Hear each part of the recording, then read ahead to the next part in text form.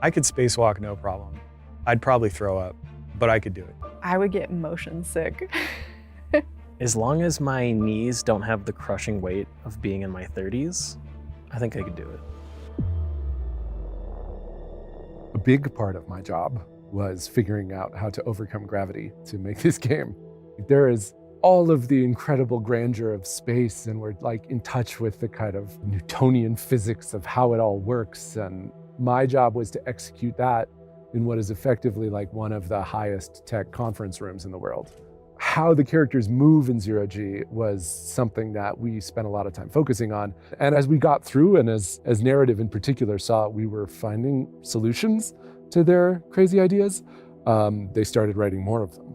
So by the time we hit Act 5, we were using every trick in the book. Plus, there's a contraption called a spider swing.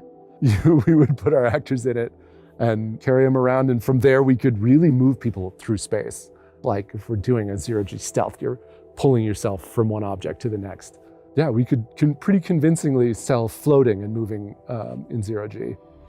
In regards to the cinematic style in the game, we looked a lot at what Jeremy Benning, the cinematographer on the show, did. We really wanted to maintain that look and feel, so it was really important that in our Zero G scenes, we had stuff like camera roll that would make it feel like you're actually in Zero G. But there is a kind of a fine line in there, so it really took kind of like per shot basis to kind of understand how much of that we wanted to implement. All of those little decisions that they made and understanding how they apply to our game was something that was important to us. There was a moment when we were first developing episode 1, you finally get to open space, right? And the environment artists had put in all this wreckage with Jupiter behind it. And you just step out there and you're like, oh my goodness, this is actually like really beautiful in a weird way. And you just really feel a scale. I think that was the moment where I was kind of like, oh yeah, this is really cool. Like this is gonna be really fun to explore. For us, doing the environmental storytelling and creating the narrative, it was making sure that the player had a reason to explore this large space.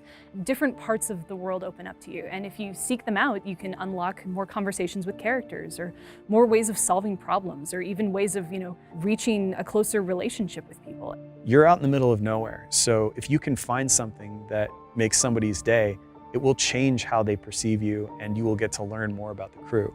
So we really want players to get out there, explore, find these items, because it will change the story if you find the right items. I found this cigar on the Urshanabi. Thought you might want it. We've made cinematic games before, so we understood the cinematic development pipeline. We understood motion capture, facial animation, and really having that experience feel good. Where it felt awesome was getting the Zero G, the mag boots, the interacts, the crew talking with you about those things and having dialogues, conversations while you're exploring, and then going into those cinematics. It really felt like this seamless experience that was highly cinematic and was gameplay centric and still told a really good story at the same time. Touchdown! Wow! I've got some radiation from a nearby ship, the Manitoba. Scanner shows the engine is mostly intact. Maybe a few pellets too. Bossman, that's the far edge of the debris field. You'll be exposed.